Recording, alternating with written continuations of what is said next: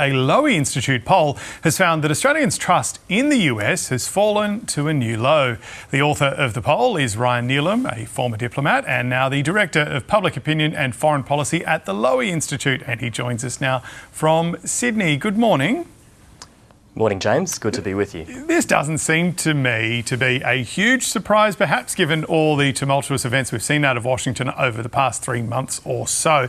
But how low has our trust in the United States fallen? Thanks, James. Yes, it's not a surprise that trust amongst Australians towards the United States has fallen.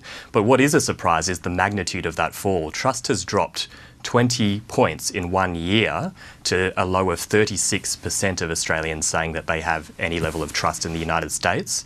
And when we look at distrust, the level of distrust towards the United States has risen to almost 2/3 of Australians saying they have not very much or no trust at all in our major security allies. So it's a significant drop, and it's a record low for the United States in the 2 decades that we've been running this poll on attitudes to the world. Yeah, and so what are the Trump ideas that Australians are most disapproving of?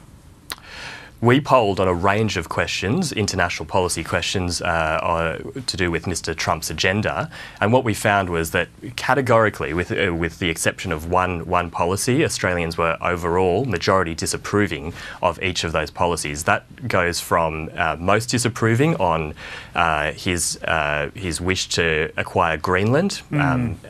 Also, tariffs received a very strong disapproval rating. 8 in 10 Australians said they disapprove of Donald Trump's use of tariffs to put pressure on other countries.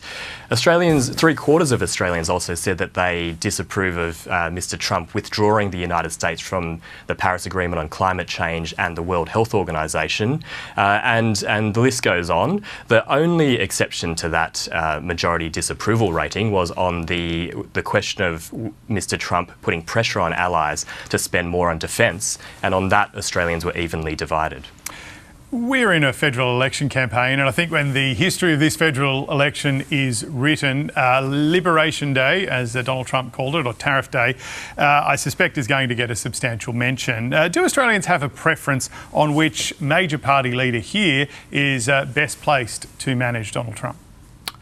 Yes, on the question of whether Peter Dutton or Anthony Albanese was best placed to manage Donald Trump, Australians were evenly split. We saw essentially 35% of Australians in favour of Mr. Dutton, 34% in favour of Mr. Albanese in terms of managing the relationship with Mr. Trump and the United States.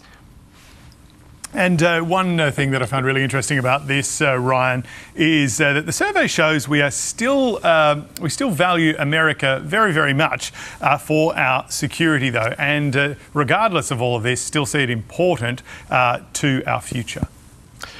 Absolutely. This is one of the fascinating things about this study, is that we've found while trust has dropped off very sharply towards the United States, when we ask the question about whether the United States alliance is important to Australia's security, 8 in 10 Australians, an overwhelming majority, continue to see that alliance as important to our security, which raises all sorts of questions about how you interpret that and what essentially an alliance is without trust.